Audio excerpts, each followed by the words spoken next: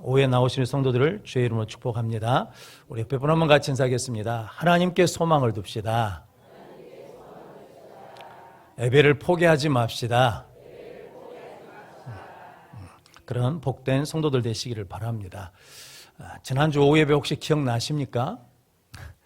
지난주 오후 예배에 누가 시편을 썼다는 겁니까? 2권의 시편을 누가 다 썼다는 겁니까? 다윗하고 고라자손, 그리고 두 개의 시편이 하나 있는데 헤만과 그리고 솔로몬 씨가 들어있다라는 거거든요. 그래서 고라자손에 대해서 우리가 함께 은혜를 나누지 않았습니까? 고라자손이 원래는 반역해서 저주받은 자손들이거든요. 그런데 그들이 그 저주를 뭘로 바꿨다는 겁니까? 축복으로 바꿨는데 바꿀 수 있는 힘이 어디서 왔냐면 누구에게 소망을 뒀다는 겁니까? 하나님께 소망을 뒀다. 그리고 예배를 포기하지 않았다. 그리고 맡긴 일을 포기하지 않았다라는 거죠. 그런데 실은 고라자손이 우리나라에 누구와 같다는 겁니까? 이완용 후손과 같다는 거거든요. 그런 느낌입니다. 그런데 그들이 성전에서 일할 때마다 뭐 하냐면 모진 소리를 다 들었을 거거든요. 그런데도 그들은 그 자리를 뭐 했다는 겁니까? 지켜내고 견뎌내고 사람의 소리에 기울이지 않고 하나님께 소망을 둠으로 그들이 이제 인생이 역전됐다는 거죠. 그래서 오늘 본문에 나온 실은 한나가 주인공이 아니고 한나를 통해서 하나님이 누구를 보내신다는 겁니까? 사무엘을 보내신다는 거죠. 사무엘이 혹시 누구 자손인지 아십니까? 사무엘이 누구 자손이에요? 그런 얘기는 처음 들어보죠.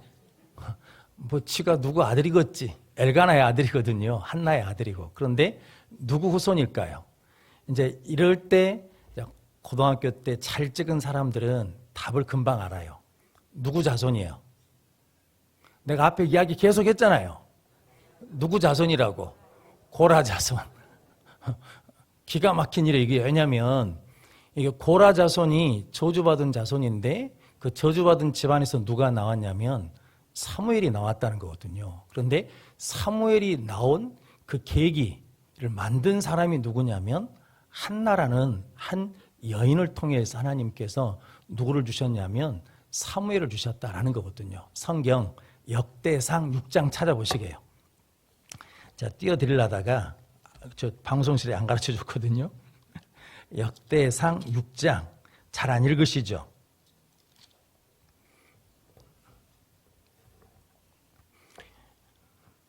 역대상 6장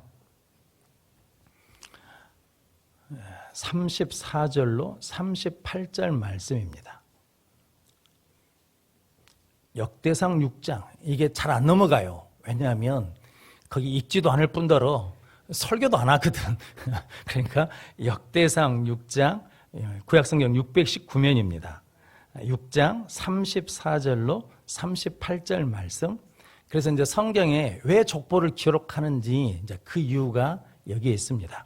34절로 38절 말씀 같이 읽어보겠습니다. 사무엘은 엘가나의 아들이요 엘가나는 요로함의 아들이요 요로함은 엘리엘의 아들이요 엘리엘은 도아의 아들이요 도아는 숲의 아들이요 숲은 엘가나의 아들이요 엘가나는 마핫의 아들이요 마핫은 아마세의 아들이요 아마세는 엘가나의 아들이요 엘가나는 요엘의 아들이요 요엘은 아사라의 아들이요 아사라는 스바냐의 아들이요 스바냐는 다핫의 아들이요 다핫은 아실의 아들이요 아실은 에비아삽의 아들이요 에비아삽은 고라의 아들이요 고라는 이스할의 아들이요 이스할은 그핫의 아들이요 그핫은 네이의 아들이요 네이는 이스라엘의 아들이라. 아멘. 그러니까 지금 누구부터 올라가는 거냐면 사무엘부터 지금 올라가는 거거든요. 거꾸로 쭉 올라갔더니 사무엘의 자손이 누구예요? 고라고. 자, 고라의 아버지가 이스할이고 자, 이스할의 아버지가 네이다라고 이렇게 나오거든요. 그러니까 실은 사무엘이 누구 자손이냐면 고라 자손입니다. 그런데 이 고라 자손인 사무엘이 하나님 앞에 사사로 제사장으로 다윗과 사울 왕을 기름 붓는 사람으로 쓰임 받거든요. 그러니까 실은 사무엘이 이스라엘 백성들을 하나님께로 돌아오게 하는 영적인 계기를 만드는 선지자로 쓰임 받았는데, 그런데 그 사무엘이 이제 등장할 수 있도록 그 일을 한 사람이 누구냐면 한나라는 한 여인이거든요. 그래서 지금은 교회 여자분들이 많으시잖아요. 그런데 옛날에는 여자를 뭘로 취급하지 않았어요. 한 사람으로 취급하지 않고 재산으로 취급했거든요. 그런데 성경에 한나라는 이름을 탁 써놓고 지금 이게 1장, 2장, 나중에 1장, 2장, 사무엘상하고 이제 우리는 새벽에 지금 이걸 봤거든요. 그래서 사무엘상 2장에 보면 한나의 기도가 있는데 엄청난 기도를 하거든요. 그런데 그런 능력을 갖게 된 이유가 있는데 첫 번째가 태도 때문입니다. 그래서 오늘 제목이 한나의 태도입니다. 한나의 지금 마음 상태가 어쩐지를 보여주는 게 오늘 사무엘상 1장 16절 말씀 같이 읽어보겠습니다. 당신의 여정을 악한 여자로 여기지 마옵소서. 내가 지금까지 말한 것은 나의 원통함과 격분됨이 많기 때문이다 하는지라. 아멘. 그러니까 한나는 지금 뭐가 많아요? 마음에 원통함과 격분됨이 많아. 이유는 아시죠? 뭐냐면 엘가라는 사람이 있었는데 부인이 몇 명이에요? 2명이에요. 그러니까 부인이 2이면 힘들어요. 그런데 한나는 아이를 못 낳고 아들을 못 낳고 부인 낳은 아들을 낳으니까 부인 낳은 한나를 계속 뭐 한다는 겁니까? 격분시켜요. 그런데 이제 문제는 여기서부터예요. 그런데 한나는 부인 낳고 싸워야 안 싸워요? 안 싸워. 싸울 수 있는데도 불구하고 부인 낳고 안 싸워요. 그런데 한나가 아이를 못 낳은 줄 알고 부인 낳아 갈수록 시간이 갈수록 더 한나를 괴롭혀요. 조롱해요. 비웃어요. 그런데 한나는 부인 낳고 싸워야 안 싸워요? 안 싸워. 남편 엘간하고 싸워야 안 싸워요? 안 싸워. 그리고 누구하고 안 싸웠냐면 오늘 본문의 제사장 엘리 제사장이 야 포도주 좀 그만 먹어라. 너 술 취해가지고 지금 교회에 있냐? 그런 거거든요. 그러면 뭐 할 수 있어요? 왁 하고 막 달라들 수 있잖아요. 그런데 엘리 제사장하고 싸워야 안 싸워요? 안 싸워. 뭐라고 말하냐면 나는 악한 여자가 아니라는 거거든요. 그런데 나는 마음이 원통하고 격분됨이 적다는 거예요? 많다는 거예요? 많다는 거예요. 근데 이게 이해가 되십니까? 내 마음이 원통하고 격분된 게 막 엄청나게 많은데 그걸 이게 지금 토해내야 사는 거잖아요. 토해내야. 그런데 누구한테 토해내지 않아요? 사람한테 토해내지 않아.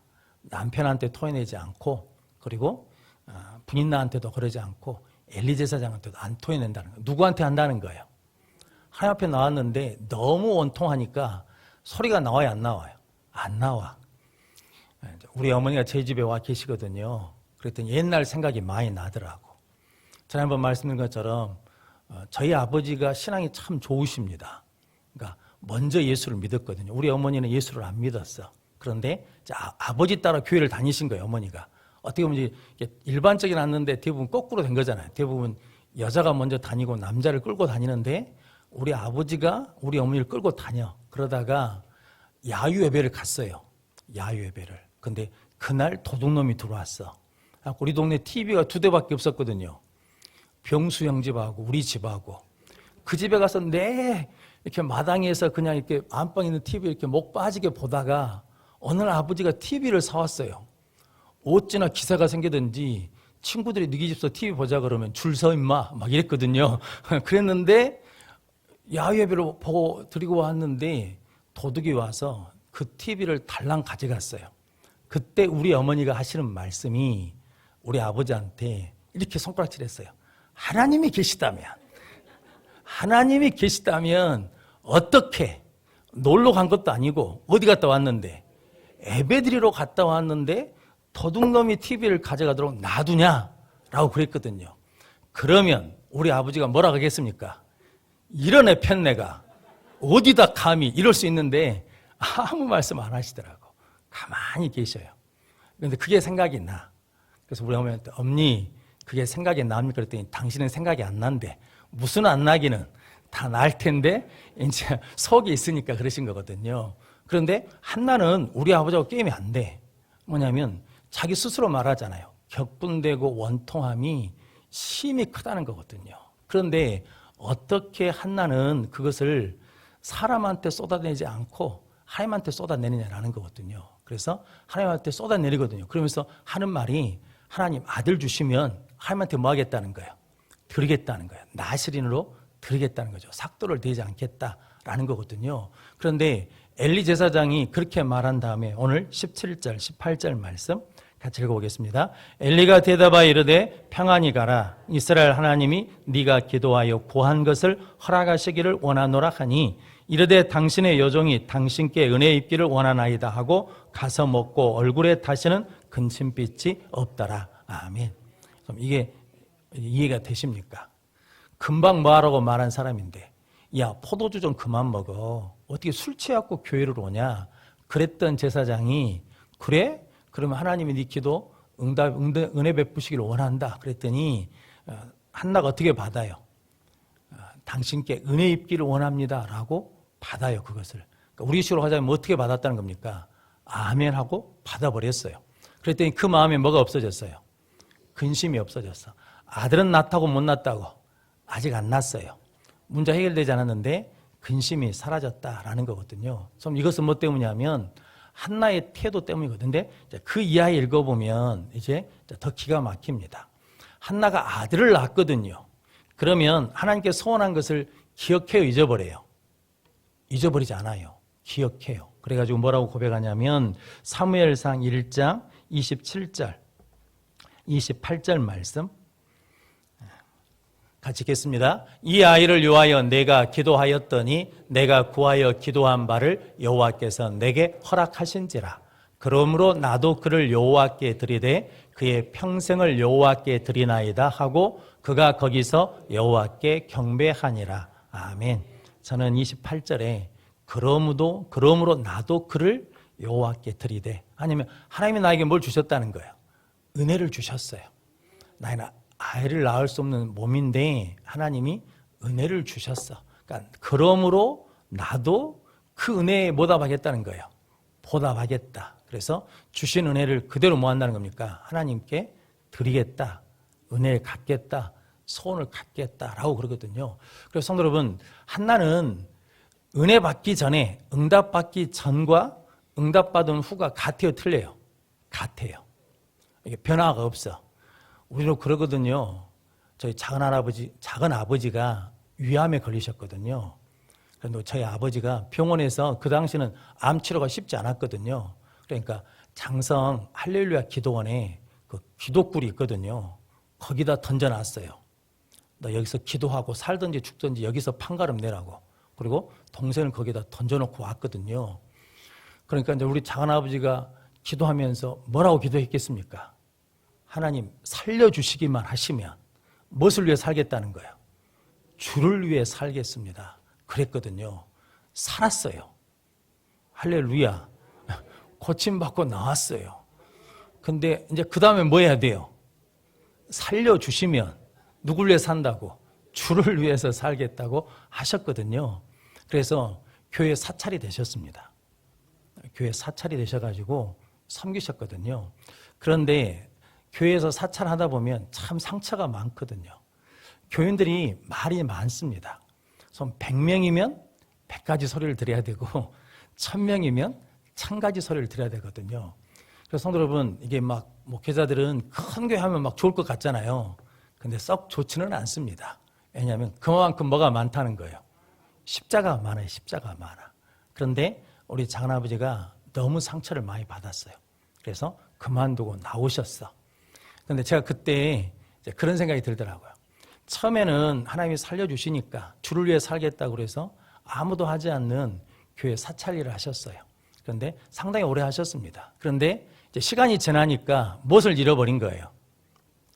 살려주시면 내가 주를 위해 살겠습니다. 애아집에 보니까 그런 이야기가 있더라고요. 한 장로님이 저녁에 강도가 들어왔답니다.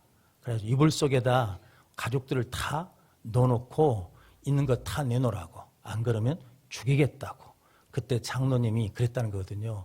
살려만 주시면 다 드리겠습니다. 이불 속에서 그렇게 지금 덜덜 떠면서 말하고 있거든요. 그러니까 강도한테 금 어딨냐, 뭐 하냐 그러면 다 줬다는 거거든요. 근데 그때 하나님의 음성이 들렸답니다. 종아, 참 오래간만에 들어본다. 살려만 주신다면 내가 무엇을 하겠다는 소리를 내가 오래간만에 들어본다. 그런데 그 소리를, 그 고백을 누구 앞에서? 강도 앞에서 해야 되겠냐, 그런 마음을 주셔가지고 회개했다라는 거거든요. 성도 여러분, 그런데 한나는 변함이 없거든요. 처음에 기도할 때 마음이나 응답을 받고 난 다음에 마음이나 변화가 없습니다. 그러니까 젖된 다음에, 절대까지 기다리고 난 다음에 사무엘을 이렇게 성막에다 갖다 바치거든요. 성도 여러분, 저 여러분들도 이 태도를 가지면 고라 자손에서 누가 나온다는 겁니까? 사무엘이 나온다고. 우리 어려운 인생이 뭐 할 수 있다는 겁니까? 역전될 수 있다라는 거거든요. 그래서 오늘 본문 우리가 읽지는 않았지만 사무엘상 2장 26절 말씀 띄워줄 겁니다. 같이 읽겠습니다. 아이 사무엘이 점점 자라매 여호와와 사람들에게 은총을 더욱 받더라. 아멘. 사무엘이 뭐예요? 계속 은총을 받아요. 왜냐하면 엄마로부터 엄마가 계속 뭐가 되어주냐면 한나가 은혜의 통로가 되어주는 거거든요. 격분되고 상한 마음이 많은데 그것을 사람한테 쏟지 않고 하나님과 씨름해서 하나님의 은혜를 간구하거든요. 그리고 하나님이 은혜를 주셨는데 그 은혜에 대한 태도도 뭐냐면 변함이 없거든요. 그러니까 하나님이 사무엘에게 뭘 주시냐면 은총을 주십니다. 성도 여러분, 아무리 힘든 때에도 은혜를 입은 사람이 있거든요. 왜냐하면 홍수 심판 때 다 죽은 게 아니잖아요. 홍수 심판 때도 은혜를 입은 사람이 있거든요. 누가 은혜를 입었습니까? 노아는 여호와께 은혜를 입었더라라고 말씀하거든요. 성도 여러분, 예수님이 태어나실 때가 로마 식민지 시대거든요. 어려울 때거든요. 근데 그때도 은혜를 입은 사람이 있거든요. 누구예요? 마리아가 천사로부터 하나님께 은혜를 입은 자의 평안할지어다라고 은혜를 입거든요. 그러니까 하나님은 우리가 어떤 상황이 있든지 어떤 믿음의 태도를 갖고 있느냐를 보시고 뭐 하신다는 겁니까? 은혜를 주신다라는 거거든요. 그러면서 사무엘상 2장 35절 말씀 띄워줄 거예요. 같이 읽겠습니다. 내가 나를 위하여 충실한 제사장을 일으키리니 그 사람은 내 마음 내 뜻대로 행할 것이라. 내가 그를 위하여 견고한 집을 세우리니 그가 나의 기름 부음 받은 자 앞에서 영구히 행하리라. 아멘. 내가 나를 위하여 무엇을 택하겠다는 겁니까? 충실한 제사장을 세우겠다. 그러니까 지금 이제 아시겠지만 엘리 제사장은 아들들이 실은 하나님 앞에 불량한 자들이거든요. 그래서 하나님께서 나를 존중히 여기는 자를 내가 존중히 여기고 나를 멸시한 자를 내가 경멸하리라 라고 그랬는데 엘리 제사장 아들들이 하나님의 예배를 멸시했거든요. 그런데 하나님께서 그 시대에 하나님께 충실한 제사장을 뭐 하겠다는 겁니까? 세우시겠다. 그래서 누굴 세웠다는 겁니까? 사무엘을 세웠다. 그런데 사무엘이 뚝 떨어져 가지고 잘라서 세운 것이 아니라 누구를 통해서? 한나를 통해서 사무엘을 세웠다라는 거거든요. 보성에 조선교회라는 교회가 있답니다. 거기에 조구환 장로님이 계신데요. 그런데 이분이 누구시냐면 동광교회 신용호 목사님, 원로 목사님 사모님 아버지십니다. 이제 그 원로 목사님 사모님이 돌아가셨거든요. 그런데 그 친정 아버지 되신 분이신데 어느 날 목사님이 설교하시다가 어떤 화가 났는지 성경책을 던져버렸답니다. 성경책을 던졌는데 그 성경책이 어디로 떨어졌냐면 그 조구한 장로님 자리로 뚝 떨어진 거예요. 그러니까 남들이 볼 때는 성경책을 누구한테 던진 것 같아요? 그 장로님한테 던진 것 같대. 근데 아무리 그런다 해도 우리 상식은 이해가 안 돼.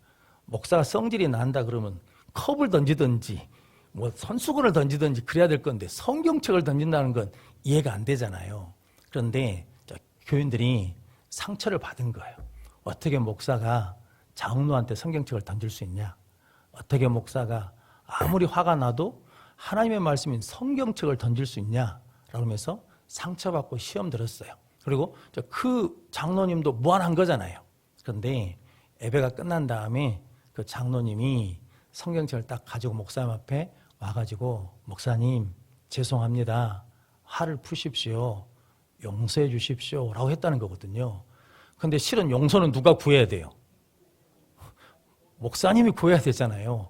아무리 화가 나도 성경책을 던지면 안 되고 우리 현민 형제한테 떨어졌다 그러면 이해가 되는데 장로님한테 떨어져 버렸으니까 이건 더 심각한 거잖아요. 그런데 그 장로님이 태도가 정말 이건 좋다고 말할 수 없을 정도로 뭔가 좀 이상하잖아요. 사가지고 막 따질 수 있고 화를 낼 수 있고 어떻게 목회자가 성경책을 던져 이렇게 대들 수도 있잖아요. 그런데 뭐냐면 목사님한테 목사님 죄송합니다. 화를 푸십시오.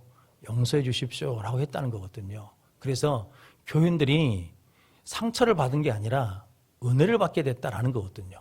성도 여러분, 이게 정말 귀한 거죠. 왜냐하면 상처받고 시험받을 수 있는 상황인데 태도 하나 때문에 뭐 어떻게 된다는 거예요. 그것이 도리어 은혜가 되고 능력이 된다는 거거든요. 성도 여러분, 저 여러분들에게도 신앙생활 하다 보면 수많은 일들을 겪게 되지 않겠습니까?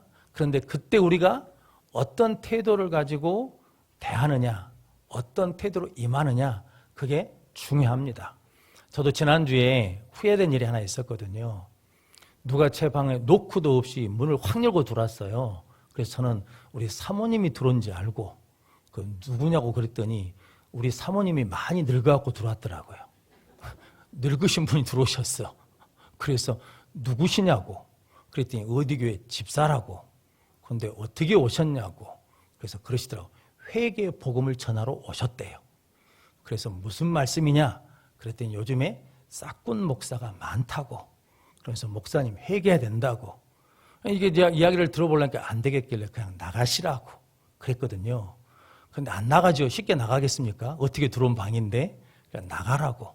우리 전도사님 막아야 되는데 못 막고 내 방으로 들어왔어요. 그래가지고 이제 밀어냈죠. 그랬더니 손대지 말라고. 내 몸에 손대지 말라고. 나도 화가 나잖아요. 그럼 교회 문 손대지 말라고. 그래서 교회 문을 손대면 내가 발로 막았어요. 손대지 말고 들어오지 마시라고. 나가시라고. 그랬거든요. 근데 그러면서 나한테 목사도 아니다고 막 따지더라고요. 그래서 예, 제가 싹군입니다. 그러니까 얼른 가시라고 그랬거든요. 근데 이분이 우리 교회만 온 게 아니라 다른 교회도 많이 돌아다신 분이시요. 그래가지고 동광교회 목사님 만나서 그 얘기를 했더니 게장을 파신대요. 게 한 마리 들어있는 게장이 5만 원인가 6만 원인가 하는 게장을 파신다고 그러기도 하는데 그분이 똑같은지는 모르겠었는데 제가 그렇게 태도를 보였잖아요. 근데 그렇게 돌아오시고 난 다음에 내 마음이 기쁜 것이 아니라 내 마음이 이게 안 좋아요. 안 좋아. 아, 내가 이렇게밖에 태도를 못할까? 이렇게밖에 반응을 못할까? 내가 다시 그 상황이 된다 그러면 그렇게 안 할 텐데 좀 다르게 했으면 더 좋았을 텐데 라고 하는 후회가 되더라는 거죠. 성도 여러분, 그러므로 여러분들이 이게 우리가 원치 않는 태도가 나올 수도 있거든요. 그런데 그것을 통해서 늘 말씀드린 것처럼 나는 문제가 없어. 네가 문제야. 이래버리면 내가 고칠 게 없잖아요. 그런데 그 상황에서도 내가 좀 더 선한 태도를 가지고 믿음의 태도를 가졌다면 그 조구한 장로님처럼 그런 태도를 가졌다 그러면 내 마음이 그 사람을 보내고도 내 마음이 어떻겠습니까? 기쁘죠. 편하죠. 그런데 한참 동안 불편하더라고요. 그래서 믿음의 생활을 하는 우리가 어떤 태도를 갖느냐. 한나와 같은 태도를 갖고 그 장로님과 같은 태도를 가지고 날마다 기뻐하며 승리하며 새로운 영적 분위기를 만들어가는 우리 모든 성도들이 되시기를 주님의 이름으로 축원합니다. 기도하겠습니다.